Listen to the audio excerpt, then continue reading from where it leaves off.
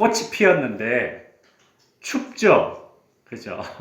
이것을 꽃샘추위라고 합니다. 그죠? 추위가 꽃을 시샘한다. 그런 거죠. 말은 되게 아름답고 시적입니다. 꽃샘추위.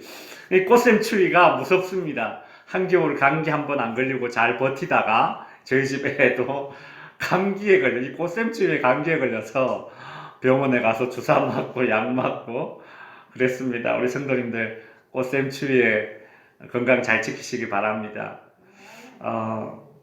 제가 이전에 있던 교회에서 겪은 일인데요.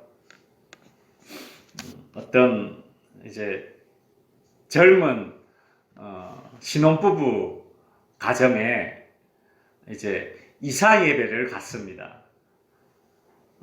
근데 이사 예배를 딱 가서 보니까 그 순장님 한 분밖에 안 계세요. 보통 이렇게 그 순장님하고 구역 식구들이 이사 예배를 드리면 같이 와서 축하해 주지 않습니까? 근데 그 이제 새댁이랑 그 그 순장님만 딱 있는 겁니다. 그래서 그렇게 세 명이서 이렇게 그 이사 예배를 드리게 되었어요. 이것도 참 그림이 또 왜 이렇지 되게 궁금했습니다. 근데 이제 순장님한테 또 바로 물어보지 못하죠. 일단 예배를 다 드리고 나서 그 이제 오는 길에 제가 이제 순장님께 물었어요. 아니 순장님 그 이사 예배를 드리는데 다른 구역 식구들이 왜 아무도 안 왔냐고 그랬더니 그 순장님께서 하시는 말씀이 그래요. 우리 구역 식구들이 다 젊은 사람들이라 새댁들이 보통 나이 비슷하게 묶어 놓거든요.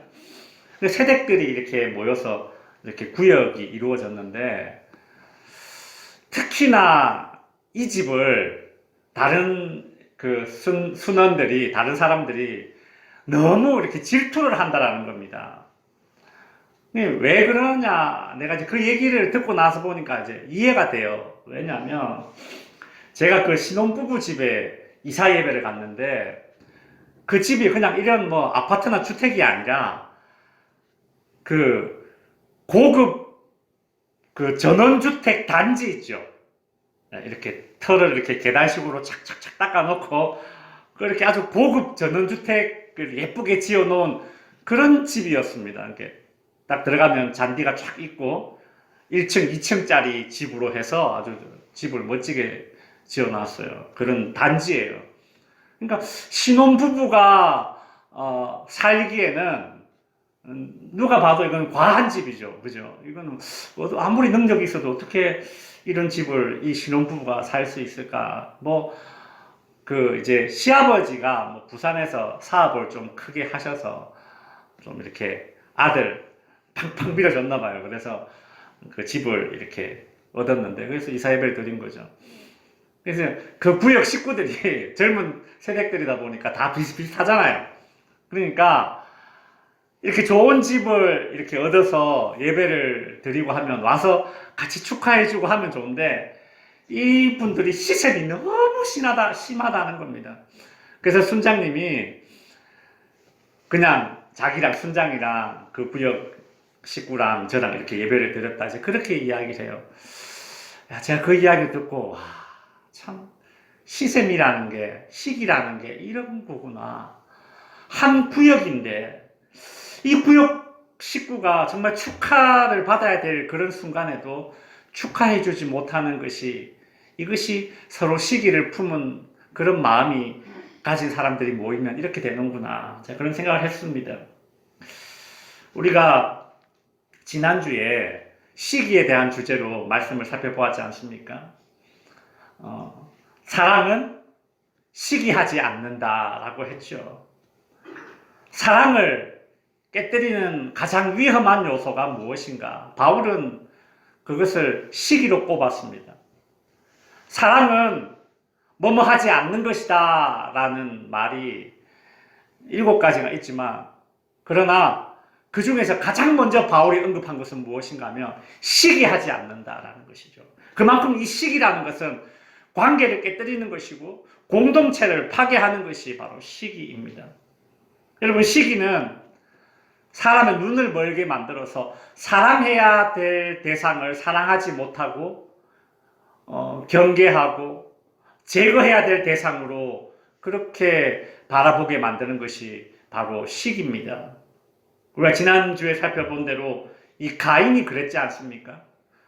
동생 아벨을 시기해서 형과 동생은 지켜주어야 할 관계이지만 그러나 지켜주지 못하고 어떻게 했습니까? 제거의 대상으로 여겨서 제거해버렸죠. 사울왕은 어땠습니까? 다윗을 시기의 대상으로 여겨서 골리앗을 무찔러 주었으면 산을 줘도 모자란데 제거해야 될 대상으로 여겨서 창을 꼽아서 죽이려고 했지 않았습니까? 초대교회 내에서 바울 또한 많은 사람들의 시기를 받았습니다. 바울은 그렇게 시기를 받게 될 때에 어떻게 해야 되는지 그 시기에 대처하는 방법을 세 가지를 이야기했죠. 빌립보서 1장입니다. 우리 1장 18절을 보시면 1번 첫 번째, 우리 하나님 믿는 사람들이 세상 사람들로부터 시기를 받을 때에 우리는 어떻게 대처해야 되는가? 첫 번째가 무엇인가 하면 이런 마음을 가지는 겁니다. 그것이 무슨 상관이 있겠습니까? 라는 이런 마음이에요. 그러니까 다른 사람들이 나에게 시기해서 그죠? 빈정대거나 혹은 의도적으로 나를 소외시키거나 혹은 다른 사람들에게 막 악소문을 내거나 혹은 어떤 실제적으로 나에게 어떤 피해를 주는 그런 상황에서 내가 나를 시기해서 그렇게 악한 행동을 하는 그런 사람들에게 내 마음이 휘둘리고 내 인생이 휘둘릴 것이 아니라 바울처럼 이런 마음을 가지는 것입니다. 그게 무슨 상관이냐? 시기해서 나에게 하는 그런 행동들, 그게 나하고 무슨 상관이냐라는 그런 흔들리지 않는 그런 마음을 먼저 가져야 됩니다. 주변 사람들이 나를 시기할 때에 어떻게 대처해야 되는가? 두 번째는 무엇인가 하면 결국 나는 기뻐하고 기뻐할 것이다. 여러분 노란색 글씨만 한번 읽어보십시오. 시작. 결국 나에게는 기쁜 일, 앞으로도 기뻐할 것이다. 어떤 사람이 여러분을 시기한다면 여러분은 그 사람보다 더 잘난 것입니다. 그러니 기죽지 마십시오. 불행해하지 마십시오. 저 사람이 나를 시기해서 내가 불행하다. 그렇게 생각하지 마십시오. 그리고 나를 시기해서 하는 그 해코지를 좀 이렇게 잠재우기 위해서 일부러 그 사람 띄워줄 이유도 없습니다. 그 사람 때문에 내가 불행해졌다. 그렇게 생각하지 마시고 오히려 더 행복해 하십시오. 여러분이 행복하다는 것을 보여주십시오. 나는 기뻐하고 기뻐할 것이다. 그런 마음을 가져야 됩니다. 시기심을 대처하는 세 번째 방법은 이것은 매우 신앙적인 방법입니다. 마지막 세 번째는 무엇인가 하면 이렇든지 저렇든지 간에 나는 예수님 먼저 생각하는 삶을 살겠다라는 것을 보여주어야 합니다. 18절을 보시면 뭐뭐로 하든지 결국 뭐예요? 그리스도다. 그러니까 바울을 시기하는 그런 사람들이 바울이 옥에 갇혔을 때에 내가 지금 열심히 일해서 바울보다 더 영향력 있는 사람이 되어야지 이런 좀 시기심 어린 마음으로 열심히 일했던 초대교회의 어떤 지도자들이 있었는데 그런 모습을 보면서 바울이 섭섭하다 그래 생각하지 않았다라는 거예요. 그래 열심히 일해라. 그래 나 감옥에 있는 동안 열심히 일해라. 어쨌든지 그리스도가 전파되니 나는 기쁠 것이다. 바울은 그런 마음이에요. 그러니까 상대방이 나를 시기해서 이렇게 행동하든지 저렇게 행동하든지 바울의 이 마음의 중심에는 누구만 있어요? 그리스도만 있어요. 그리스도만 있어요. 이것을 일컬어서 그리스도 중심적인 삶이라고 했습니다. 그리스도 중심적인 삶을 사는 것이 시기를 대처하는 방법입니다. 왜냐하면 모든 시기는 나 중심의 삶을 사는 사람들이 하는 행동입니다. 시기를 많이 하는 사람들의 특징은 나 중심의 삶을 사는 사람들이 그래요. 나 중심의 삶을 사는 게 뭡니까? 나를 너무 사랑하는 거예요. 나를 너무 사랑해서 내가 잘 돼야 되고 내가 저 사람보다 더 잘 돼야 되는데 옆에 보니까 저 인간이 나보다 더 잘 되네. 그 순간 나 중심의 삶을 사는 사람들은 시기심이 폭발해서 견딜 수가 없습니다. 그런 나 중심의 삶을 사는 사람들이 나를 시기할 때에 그때 그 옆에서 나도 같이 나 중심의 삶을 살게 되면 이건 걷잡을 수 없이 시기를 서로 주고받으면서 마치 눈밭 위에 눈을 굴리듯이 여러분 시기가 시기를 부르고 시기가 시기를 부르고 안 돼요, 안 돼요. 그렇게 시기를 많이 하는 사람들의 특징이 나 중심의 삶을 사는 사람들인데 그런 사람들한테 보여줘야 됩니다. 그래, 너는 너 중심의 삶을 살아. 너 중심의 삶을 살면서 나를 시기하고 이렇게 나를 힘들게 하지만 그러나 나는 그리스도 중심의 삶을 살겠다라는 것을 보여주는 것입니다. 그것이 신앙인의 시기, 질투를 대처하는 가장 좋은 방법입니다. 오늘은 바울이 이야기한 사랑한다면 하지 않아야 할 행동 두 번째로 자랑에 관해서 한번 살펴보겠습니다. 오늘 본문 4절에 보시면 사랑은 첫 번째가 시기하지 아니하며 오늘 두 번째 뭐라고요? 자랑하지 아니하며 라고 하죠. 바울에게 사랑은 자랑하지 않는 겁니다. 여기서 자랑이라는 이 단어는 헬라어로 페르페로스라는 단어에서 나온 유래된 그런 단어인데 이 페르페로스라는 말이 무엇인가 하면 사람이 술을 마시고 취하면 헛소리를 많이 하지 않습니까? 술 취한 사람을 보면 막 헛소리를 많이 하잖아요. 술 취해서 하는 헛소리, 그게 헬라어로 페르페로스라는 건데 이 페르페로스에서 나온 말이 시기라는 거예요. 이 자랑이라는 거예요. 자랑. 그러니까 자랑은 뭐냐? 마치 술 취해서 하는 헛소리와 같은 게 자랑입니다. 여러분, 어떤 사람이 술을 취해서 막 헛소리를 잔뜩 합니다. 가만히 들어보면 별로 영양가도 없는 이야기, 뭔가 되게 심각하게 이야기를 한 10분 동안 하는데 가만히 들어보면 했던 말 또 하고 했던 말 또 하고 별것 아닌 이야기를 자기 혼자 되게 심각하게 해요. 그죠? 또 술 취한 사람들이 헛소리 하는 거 가만히 들어보면 엄청나게 과장되게 부풀려요. 뻥튀기처럼 막 그렇게 헛소리를 막 해요. 그런 거예요. 자랑이라는 것은 술 취해서 헛소리하는 말과 같은 거라는 거예요. 여러분, 술 마시고 취해가지고 헛소리 잔뜩 했지만 술 깨고 나면 뭐라고 얘기합니까? 뭐라고? 내가 그런 말을 했다고? 아유, 내가 술 취해서 말이 헛나왔네. 아이고, 취소. 그 말 하면 그냥 그것뿐이에요. 얼마나 허무합니까? 무의미합니까? 공허합니까? 또 술 취해서 인사불성이 되어서 막 이 소리 저 소리 주절주절 하고 있는 그런 사람의 말을 막 이렇게 주의 깊게 이렇게 경청하는 사람이 있습니까? 없어요.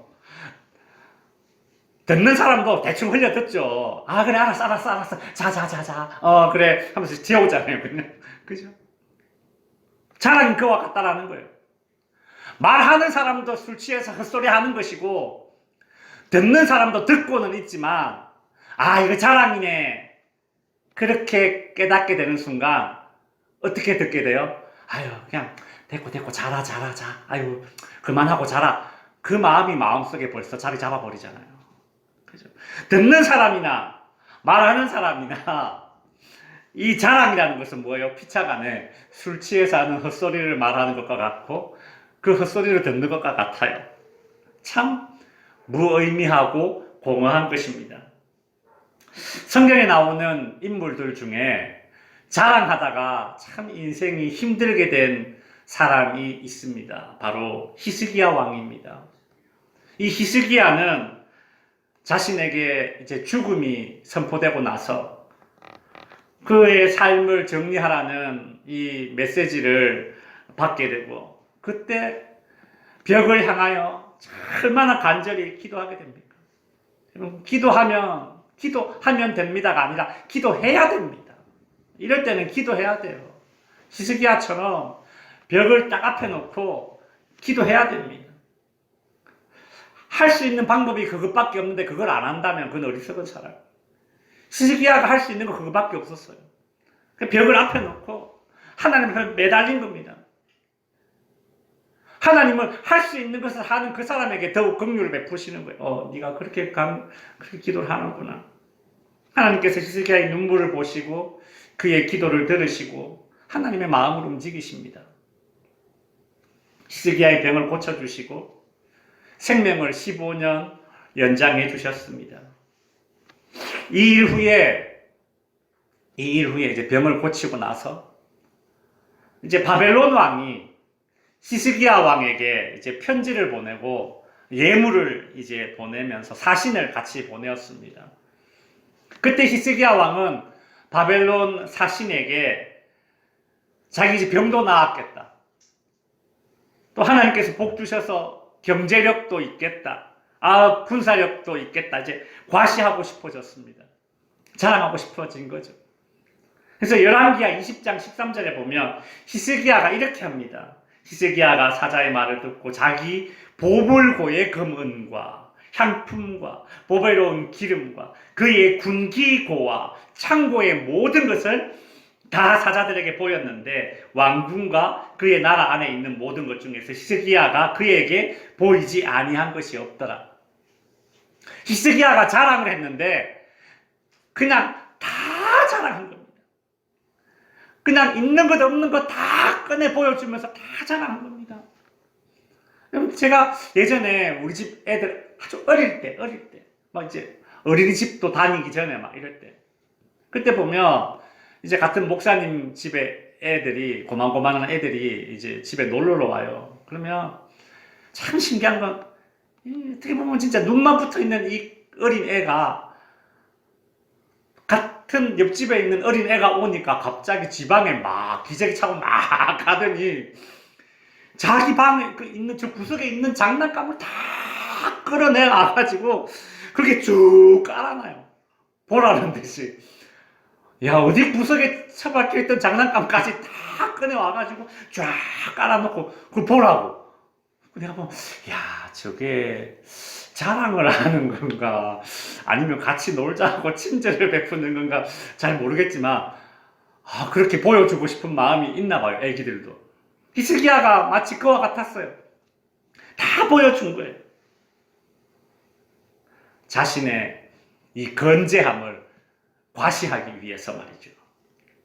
근데 하나님의 은혜로 병고침을 받은 이 히스기야가 하나님의 은혜로 병고침을 받았으니까 그가 자랑할 것은 무엇입니까? 하나님의 은혜예요. 자기의 건재함이 아니라 하나님의 은혜예요.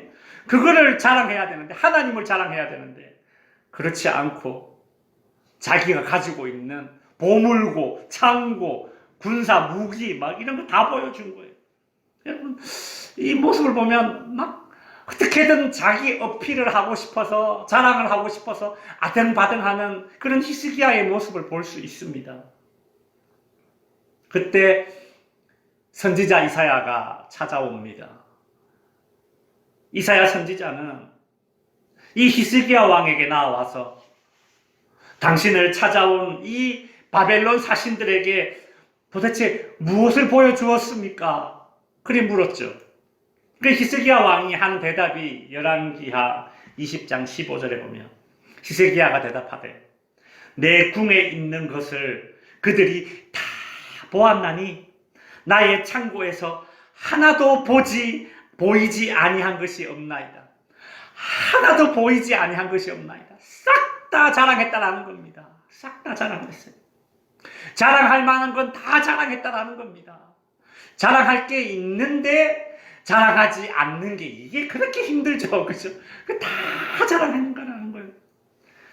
히스기야 왕의 이 말을 듣고 이사야 선지자는 경고와 심판의 메시지를 날립니다. 17절에 보시면 여호와의 말씀이 날이 이르리니 왕궁의 모든 것과 왕의 조상들이 오늘까지 쌓아두었던 모든 것이 바벨론으로 옮긴 바 되고 어떻게 된다?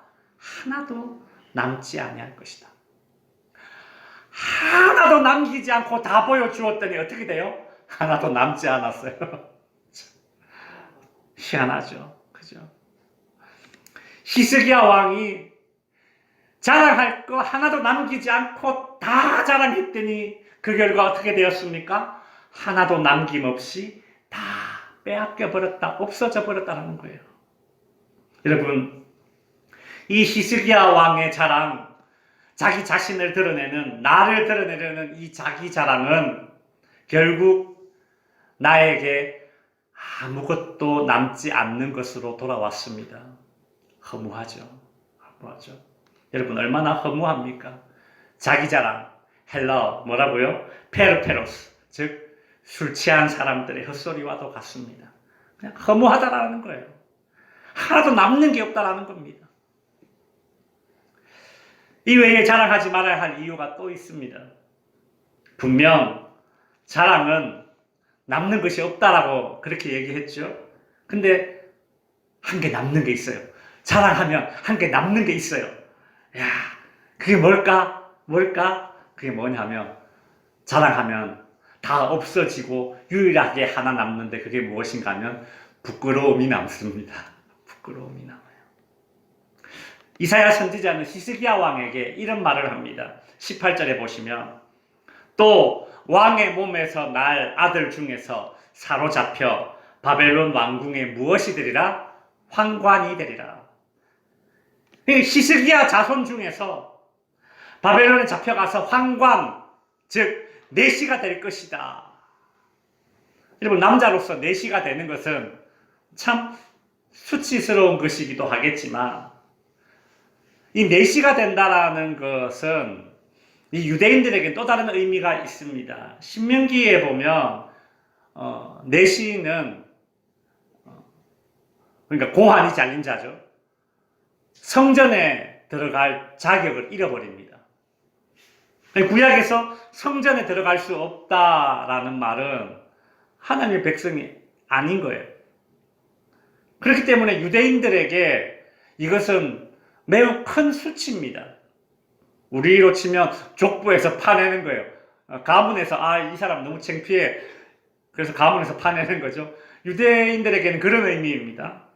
이 히스기야 왕은 바벨론에게 꿀리지 않기 위해서, 부끄럽지 않기 위해서 하나도 남김없이 다 보여주었다가 결국 하나도 남김없이 다 없어지고 그나마 유일하게 하나 남은 것은 뭐예요? 수치.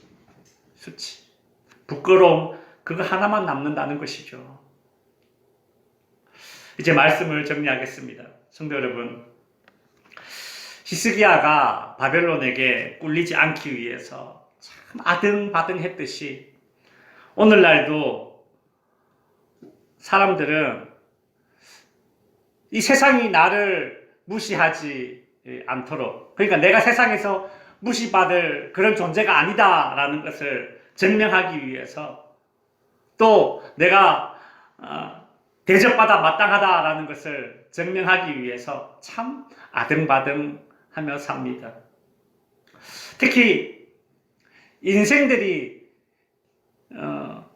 지니고 있으면 너무 자랑하고 싶은 그 세 가지가 있습니다.